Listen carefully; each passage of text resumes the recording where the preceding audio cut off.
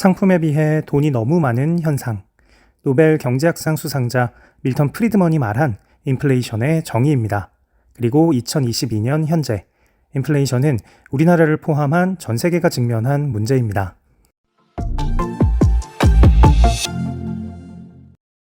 시장 경제의 발전을 위해 화폐 가치 안정이 최우선이라고 생각했던 프리드먼은 물가 수준이 지속적으로 오르는 인플레이션 또한 화폐의 공급량이 지나치게 많기 때문이라고 분석했습니다. 전체 생산량은 고정되어 있으니 화폐 공급만 늘어나 버리면 자연히 재화의 가치가 오르게 된다는 거죠. 연암 박지원의 소설에서 허생이 매점 매석을 통해 번 돈의 절반인 50만 양을 바다에 던져버리는 것도 인플레이션으로 고통받을 백성들의 삶을 우려했기 때문입니다.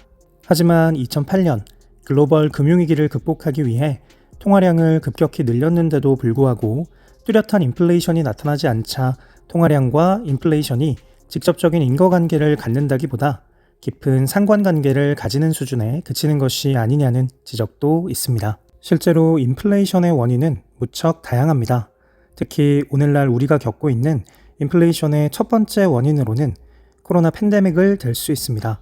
얼어붙은 시장 심리를 살리기 위해 2020년 팬데믹 사태가 본격화된 이후 달러와 유로화 및 엔화, 세계 기축통화의 총 발행액은 21조 달러를 넘어섰습니다.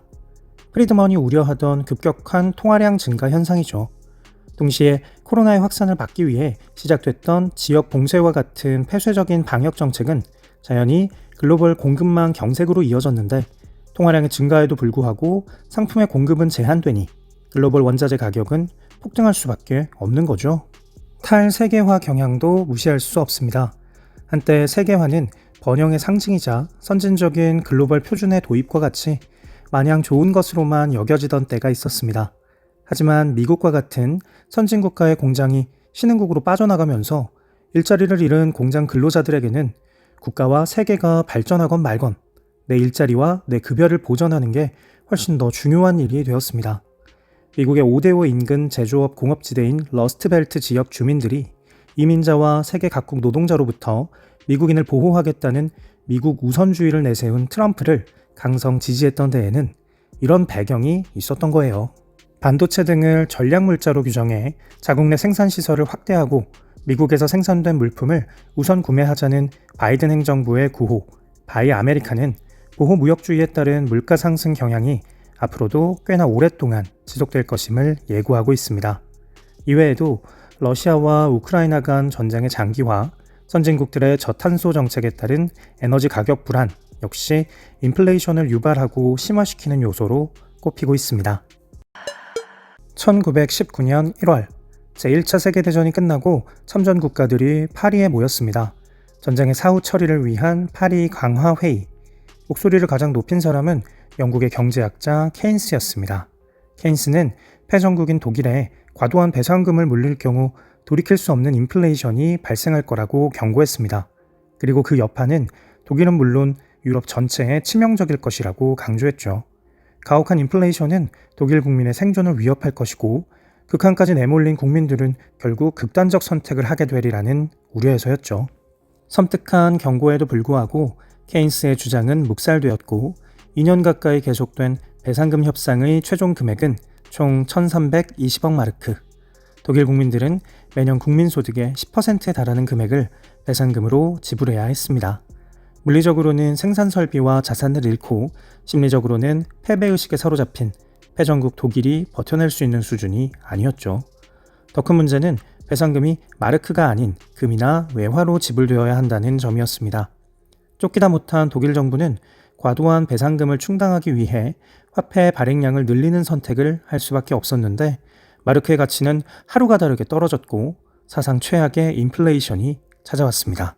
1923년 11월 1일 빵 1파운드의 가격은 30억 마르크, 소고기 1파운드의 가격은 360억 마르크였습니다. 식료품만 사려고 해도 이렇게 어마어마한 돈이 필요하니 역사상 최고액권인 1조 마르크짜리 지폐가 발행되기도 했습니다. 초인플레이션의 마지막 1년간은 연간이 아닌 월간 물가 상승률이 300%를 넘기도 했어요. 최악이었죠. 어떤 전문가들은 제2차 세계대전을 일으킨 히틀러와 나치의 등장은 사상 최악의 인플레이션으로부터 비롯된 극심한 혼란 때문인 것으로 보기도 합니다. 케인스의 경고를 무시한 대가는 정말이지 너무나 가혹했습니다. 물론 인플레이션을 극복하고 물가와의 전쟁에서 승리했던 사례도 있습니다. 가장 대표적인 것이 미국 연방준비제도 전 의장 폴 볼커의 긴축 정책입니다. 70년대 후반부터 80년대 초반 이어졌던 이 정책이 인플레와 싸워 이긴 대표 사례가 된 것은 흔들리지 않는 뚝심 덕분이었습니다. 당시 미국은 73년과 79년 두 번의 오일 쇼크와 베트남 전쟁에서의 패배로 큰 어려움을 겪고 있었습니다. 고물가에도 불구하고 경제 성장을 포기하지 못해 두 마리 토끼를 모두 놓치는 딜레마에 빠져 있었죠. 볼커는 인플레이션의 해답은 통화량의 감소라고 판단하고 기준금리를 11.5%에서 20%까지 올리는 초강수를 두었습니다. 은행금리가 21.5%까지 치솟자 빚더미에 앉은 서민들은 연준 건물을 봉쇄하고 볼커의 퇴진을 위한 시위를 벌이며 볼커를 향한 살해 협박도 서슴지 않았습니다. 실제로 볼커는 늘 권총을 차고 다니기도 했죠. 인플레이션과 전쟁을 벌이는 동안 미국 경제는 두 번의 큰 경기 침체를 겪었고 실업률은 11%를 넘어섰습니다. 꽤 비싼 값을 치르기는 했지만 3년간의 전쟁이 끝날 무렵 미국 경제는 다시금 성장을 논할 수 있을 정도로 새롭게 태어났습니다.